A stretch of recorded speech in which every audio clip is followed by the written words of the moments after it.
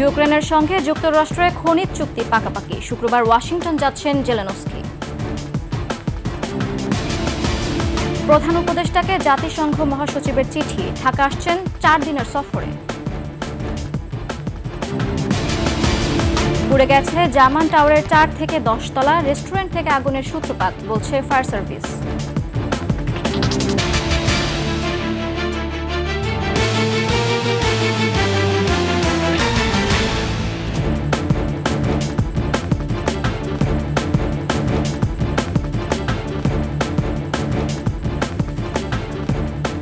শুনছিলেন সংবাদ শিরোনাম। আমন্ত্রণ 21 সংবাদে, সাথে আছে আমি সুরাজ শ্রাবন্তী। দর্শক, 21 টেলিভিশনের সংবাদ একসাথে সরাসরি দেখতে পাবেন আমাদের ফেসবুক পেজ www.facebook.com/2124 অনলাইনে। এছাড়া সাবস্ক্রাইব করতে পারেন www.youtube.com/@21etv চ্যানেলে। অবশেষে যুক্তরাষ্ট্রের সঙ্গে চুক্তিতে পৌঁছচ্ছে ইউক্রেন। যুদ্ধে সামরিক সহায়তার বিনিময়ে যুক্তরাষ্ট্রকে খনিজ সম্পদ দিতে রাজি হয়েছেন প্রেসিডেন্ট জেলেনস্কি। তবে নিরাপত্তা নিশ্চয়তা দেওয়ার শর্ত মানেননি মার্কিন প্রেসিডেন্ট ডোনাল্ড ট্রাম্প। জানান, শুক্রবার ওয়াশিংটন সফরে আসছেন জেলেনস্কি। সই হতে পারে বড় চুক্তি। বিস্তারিত দুলি মল্লিকের ডেস্ক রিপোর্টে। ডোনাল্ড ট্রাম্প যুক্তরাষ্ট্রের প্রেসিডেন্টের দায়িত্ব নেয়ার পর থেকেই ইউক্রেন যুদ্ধ বন্ধে তৎপর। আমেরিকা ফার্স্ট নীতিতে ইউক্রেনের সামরিক সহায়তা শুধু বন্ধই নয়, গেল 3 বছরে যুদ্ধের জন্য দেওয়া সব সহায়তা অর্থ ফেরত চান ট্রাম্প। $50,000 কোটি খনিজ সম্পদের মালিকানা দাবি করেন। ট্রাম্পের এমন প্রস্তাবে ক্ষুব্ধ জেলেনস্কি প্রথমে প্রস্তাব প্রত্যাখ্যান করেন। তবে এর মাঝেই রাশিয়া ইউক্রেনে অধিকৃত অঞ্চলসহ তার দেশ থেকে খনিজ সম্পদ নিতে যুক্তরাষ্ট্রকে প্রস্তাব দেয়। এরপরই জেলেনস্কির নতি স্বীকার। সামাজিক যোগাযোগ মাধ্যমে দেয়া পোস্টে দেশটির উপপ্রধানমন্ত্রী জানান, যুক্তরাষ্ট্রের সঙ্গে খনিজ চুক্তি নিয়ে গঠনমূলক আলোচনা হয়েছে। চুক্তির বেশ কিছু শর্তও চূড়ান্ত।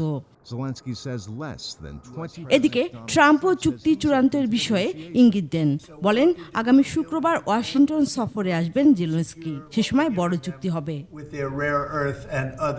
চুক্তিতে ইউক্রেন নিরাপত্তার গ্যারান্টি চাইলেও তা নাকচ করে দেন ট্রাম্প। তবে শান্তিরক্ষী বাহিনী মোতায়েনে আগ্রহ প্রকাশ করেন। Duli Mallick, desk report, 21 television. Ramzan মাসে 4 দিনের সফরে ঢাকায় আসছেন জাতিসংঘ মহাসচিব অ্যান্তোনিও গুতেরেস। সাক্ষাৎ করবেন অন্তর্বর্তী সরকারের প্রধান উপদেষ্টা ডক্টর মোহাম্মদ ইউনুসের সঙ্গে। জাতিসংঘ মহাসচিব নিজেই অধ্যাপক ইউনুসকে দেওয়া এক চিঠিতে এ তথ্য দিয়েছেন। জাতিসংঘের পক্ষ থেকে বাংলাদেশের প্রতি দৃঢ় সংহতি পুনর্ব্যক্ত করেছেন ওই চিঠিতে। পাশাপাশি অধ্যাপক ইউনুসের নেতৃত্বে দেশের চলমান সংস্কার প্রক্রিয়াকেও সমর্থন জানিয়েছেন মহাসচিব। রোহিঙ্গা সংকটে বাংলাদেশের ওপর প্রভাব নিয়ে দুঃখ প্রকাশ করেন অ্যান্তোনিও গুতেরেস।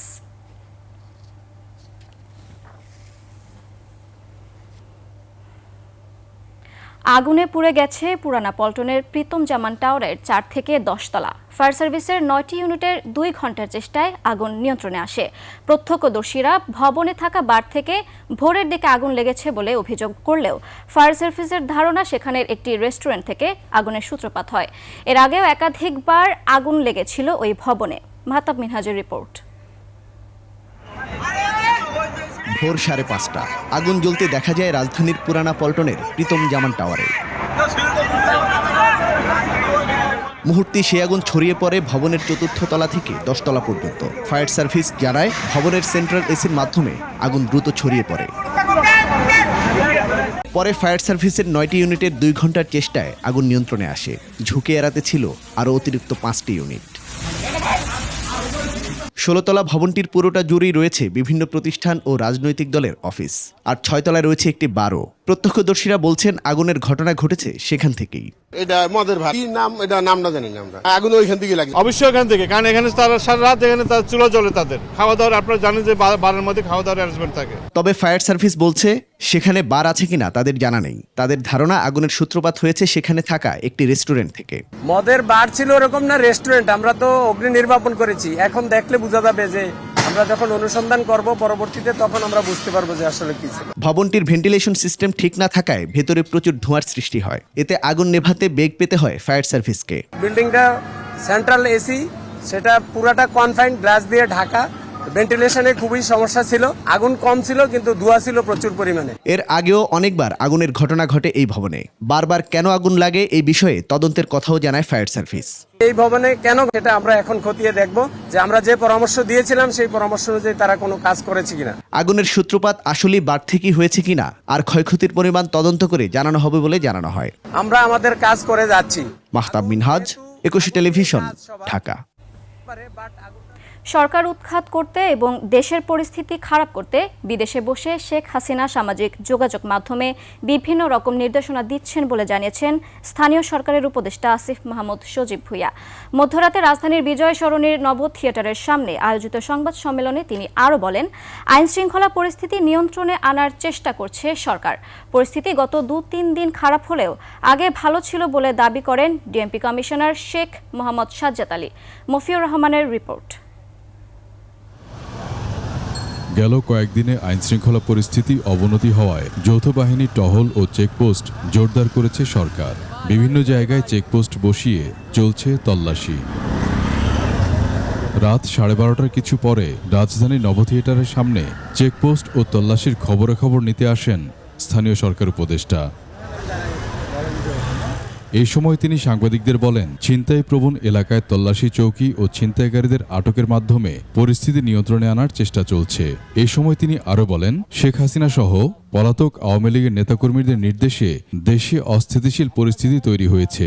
শেখ হাসিনা তার নেতাকর্মীদের সাথে মিটিং করে কি কি নির্দেশনা দিচ্ছেন, যদিও অধিকাংশই দেশের বাইরে, তারপরেও নির্দেশনাগুলো এরকম যে সরকারকে উৎখাত করতে হবে, দেশের পরিস্থিতি খারাপ করতে হবে। এই রকম কাজগুলো যখন ওই দিক থেকে চেষ্টা করা হয় তখন তো স্বাভাবিকভাবেই তারা কিছুটা অ্যাক্টিভেট হওয়ার চেষ্টা করে। এই সময় ডিএমপি কমিশনার বলেন, রাজধানীর 65টি পয়েন্টে যৌথ বাহিনীর চেকপোস্ট রয়েছে। চিহ্নিত সন্ত্রাসীদের আটক করতে পারলে অবস্থা উন্নতি হবে বলেও জানান তিনি। মোটরসাইকেল এবং অন্যান্য গাড়ি যারা ব্যবহার করে ছিনতাই করে তাদেরকে অনুসন্ধান চেক করতেছি। এদিকে ধানমন্ডি ও আশপাশের এলাকায় অভিযান পরিচালনা করে বিজিবি। এই সময় পথচারীর পাশাপাশি বিভিন্ন যানবাহনেও তল্লাশি করা হয়। লালবাগ, আজিমপুর, বকশীবাজার ও চকবাজার এলাকায় অভিযান পরিচালনা করে পুলিশ, সেনাবাহিনী ও র্যাবের যৌথ টিম। এই সময় পুলিশ ও সেনা জানায় পুরো এলাকা নিরাপত্তার চাদরে ঢেকে দেওয়া হয়েছে। আমরা এখানে দাঁড়িয়েছি, আমরা কার্যক্রম করছি, এটার ভয়ে যারা এই অপরাধের সাথে নিজেকে সংশ্লিষ্ট করতে পারে বা সম্পৃক্ত করতে পারে তাদের মধ্যে নিশ্চয়ই এই জিনিসটা কাজ করবে যে যৌথ বাহিনী মাঠে আছে। আমরা কিছু মামলা আমরা থানায় দিয়েছি, বিভিন্ন ধরনের যাদের লাইসেন্স নাই অথবা অবৈধ এরকম কার্যকলাপ। এছাড়াও কিছু আমরা কিশোর গ্যাং আজকেও ধরা পড়েছে, এটা আমরা লালবাগ থানায় হস্তান্তর করেছি। এদিকে মঙ্গলবার রাতেও বিভিন্ন এলাকায় হয় ছিনতাই ও ছিনতাই চেষ্টা। এর মধ্যে উত্তরা এলাকায় ছিনতাইকারী সন্দেহে 2 ব্যক্তিকে পিটিয়ে আহত করার পর দড়ি দিয়ে বেঁধে তাদের ঝুলিয়ে রাখে জনতা। মফিউর রহমান, 21 টেলিভিশন, ঢাকা। নিচ্ছে সংবাদ বিরতি। যখন ফিরছি তখন অন্যান্য সংবাদের সঙ্গে আরও থাকবে। সাবেক সমন্বয়কদের নতুন ছাত্র সংগঠনের আত্মপ্রকাশ আজ।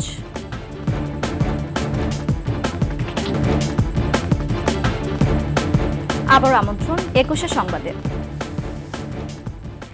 বৈষম্য বিরোধী ছাত্র আন্দোলনের সাবেক সমন্বয়কদের উদ্যোগে নতুন ছাত্র সংগঠনের আত্মপ্রকাশ ঘটতে যাচ্ছে আজ। বেলা 3টায় ঢাকা বিশ্ববিদ্যালয়ের মধুর ক্যান্টিনে সংবাদ সম্মেলন করে সংগঠনটির আনুষ্ঠানিক ঘোষণা দেওয়া হবে। সংবাদ বিজ্ঞপ্তিতে নতুন এই ছাত্র সংগঠনের সঙ্গে যুক্ত আল মাসনুন নামের এক শিক্ষার্থী এ তথ্য জানান। নতুন এই ছাত্র সংগঠনের সম্ভাব্য নাম হিসেবে আলোচনায় রয়েছে গণতান্ত্রিক ছাত্র সংসদ। এই ছাত্র সংগঠনের নেতৃত্বে থাকছেন কার্যক্রম স্থগিত হওয়া গণতান্ত্রিক ছাত্র শক্তির সাবেক নেতারা। নতুন ছাত্র সংগঠনের কেন্দ্রীয় আহ্বায়ক হচ্ছেন আবু বাকের মজুমদার।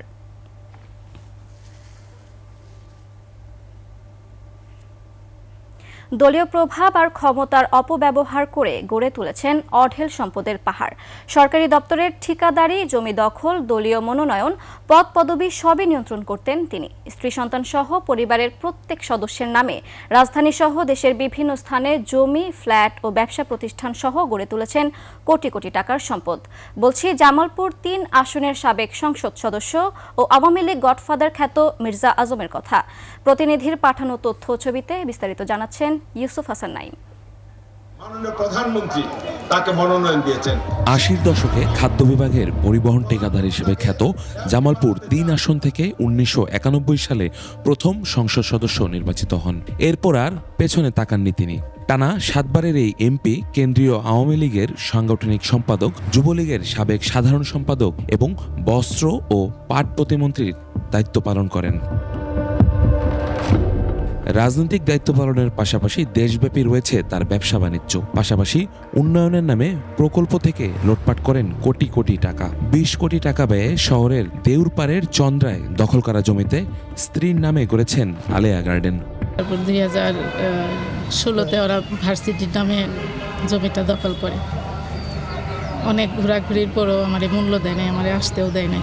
আমরাও যাই ২-২৫০ লোকে যাই প্রতিবাদ করছি, আমগো রাস্তা মাস্তা দিব না, মানে আমগোর কথা শুনেই নেই। সে কি একটা পানি যাবো, একটা পানি খাবো, সে আমার জায়গাটা দেয় নাই। আর এই জায়গারে আঙ্গুরে কত জোর জবস্তি করে দখল করে যে নিছে। আজমে এলাকা আরো ৩-৪ একর জমিন, বানপাড়াগর জমিন বেদখল দিয়ে খাইলো। উনি জামালপুরে উন্নয়নের নামে দুর্নীতির এক মহোৎসব চালিয়েছেন। পৌরসভার ডাম্পিং স্টেশনের জমিতে রাস্তা বন্ধ করে গড়ে তোলেন রিক্রিয়েশন ক্লাব। শেখ ফজিলতুন্নেসা মুজিব বিশ্ববিদ্যালয় নামে ব্রহ্মপুত্র নদের ৩০ একর জায়গাসহ দখল করেন স্থানীয়দের জমিও। এছাড়া হাজার কোটি টাকা বিদেশে পাচারের অভিযোগ রয়েছে মির্জা আজমের বিরুদ্ধে। যে কাজ ৫০ টাকা দিয়ে করা সম্ভব সেই কাজে ৫০০ টাকা বরাদ্দ হয়েছে, 450 টাকায় লুটপাট করা হয়েছে। যে কারণে মানে গত ১৭ বছরে উন্নয়ন যা হয়েছে তার চেয়ে আওয়ামী লীগের নেতাকর্মীদের লুটপাটের মধ্যে তাদের ভাগ্যের উন্নয়ন হয়েছে। ৫ আগস্ট শেখ হাসিনার পতনের পর থেকে পলাতক রয়েছেন মির্জা আজম ও তার পরিবারের সদস্যরা। তার বাড়ি, রিসোর্ট, ব্যবসা প্রতিষ্ঠান ও অন্যান্য স্থাপনায় হামলা চালায় ছাত্র জনতা। ইউসুফ হাসান নাইম, ২১ টেলিভিশন। ২৪-এর গণহত্যা সহ আওয়ামী লীগের সব অপকর্ম বিশ্ব দরবারে তুলে ধরতে নানা কর্মসূচি শুরু করেছে প্রবাসী বিএনপি নেতাকর্মীরা। যুক্তরাজ্যে এরই মধ্যে আওয়ামী লীগের দুঃশাসনের ভয়ঙ্কর ১৭ বছর শিরোনামে লিফলেট বিতরণ করেছে বিএনপি ও তার অঙ্গ সংগঠনের নেতাকর্মীরা। পূর্ব লন্ডনের বাংলাদেশি অধ্যুষিত হোয়াইট চ্যাপেলের ইস্ট লন্ডন মসজিদের সামনে এই লিফলেট বিতরণ করেন তারা। জানান, আওয়ামী লীগ যে অপরাধ করেছে তা ক্ষমার যোগ্য নয়। অপকর্ম ধামাচাপা দিতে এখন তারা বিপুল অর্থ বিনিয়োগ করছে। এ চক্রান্ত ঠেকাতে সবাইকে সজাগ থাকার আহ্বান জানান বিএনপি নেতাকর্মীরা। শুধু যুক্তরাজ্য নয়, ইউরোপ, আমেরিকা সহ বিভিন্ন দেশেও কর্মসূচি পালনের উদ্যোগ নিয়েছে প্রবাসী বিএনপি। এসব কর্মসূচির মধ্যে রয়েছে মিছিল, মিটিং, লিফলেট বিতরণ, স্মারণলিপি পেশ।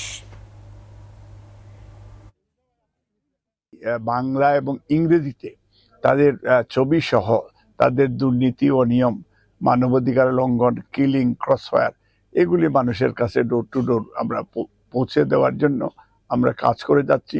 যে অপকর্ম করেছে, জাতিসংঘের যে রিপোর্ট বেরোচ্ছে সেই রিপোর্টের কপিগুলো আমরা বিভিন্ন সংস্থার পাঠাচ্ছি, বিশেষ করে ব্রিটিশ পার্লামেন্টে, 10 ডাউনিং স্ট্রিটে এবং সংশ্লিষ্ট জায়গায়। শেষ করছে ২১শে সংবাদ। যাবার আগে সংবাদ শিরোনামগুলো আরও একবার। ইউক্রেনের সঙ্গে যুক্তরাষ্ট্রের খনিজ চুক্তি পাকাপাকি। শুক্রবার ওয়াশিংটন যাচ্ছেন জেলেনস্কি। প্রধান উপদেষ্টাকে জাতিসংঘ মহাসচিবের চিঠি। ঢাকা আসছেন ৪ দিনের সফরে। পুড়ে গেছে জামান টাওয়ারের ৪ থেকে ১০ তলা রেস্টুরেন্ট থেকে আগুনের সূত্রপাত, বলছে ফায়ার সার্ভিস।